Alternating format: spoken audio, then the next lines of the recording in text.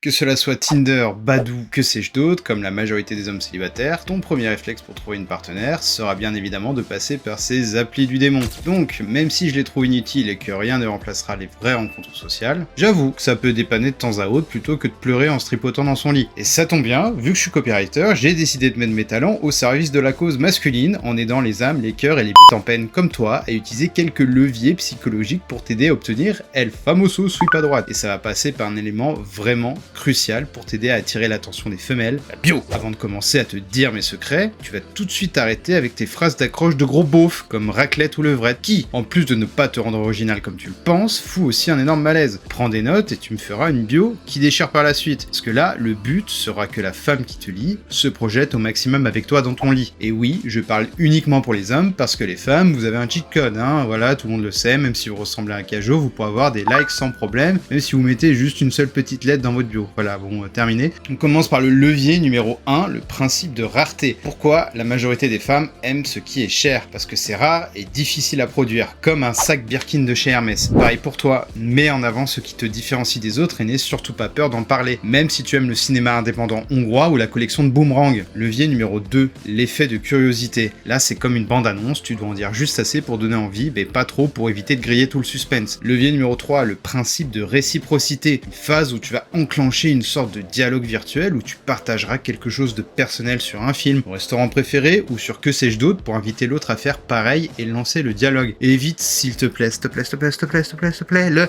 pain au chocolat ou chocolatine. Levier numéro 4, sois positif. Très important, ne sois jamais négatif. Par exemple, si tu passes tout ton temps à perdre tes enquêtes sur LoL et que tu sors jamais de chez toi, il y aura quand même du positif. Comme le fait que tu ne risques pas de la tromper, sauf peut-être avec ton PC. Et les derniers trucs évidents, fais pas un truc trop long ni trop court. 3 petits paragraphes, ça suffit, sois direct et évite les fautes d'orthographe. À l'heure de l'IA, t'as juste à lui demander de copier-coller et puis il va te corriger les fautes et c'est joué et ça t'évitera de passer pour un gros loser. Et n'hésite surtout pas à faire et à refaire plusieurs fois ta bio jusqu'à ce qu'elle soit parfaite. Par exemple, moi quand j'écris un truc, allez vas-y, un email de prospection, je dois jeter environ 90% de mon travail à la poubelle, mais à la fin, c'est nickel. Ah, et j'oublie un dernier truc, fais de belles photos. Bah ouais, tu peux faire la meilleure bio du monde, si t'as des photos floues ou quelconques, ça le fera pas non plus. Le fond, c'est bien, c'est le plus important, mais la forme, c'est aussi important parce que ça accompagne le fond. Et vu que je me sens généreux aujourd'hui, n'hésite pas à écrire ta bio en commentaire et je me ferai un plaisir de la corriger et de la noter pour t'humilier au passage. Merci de ton temps de scroll, ciao!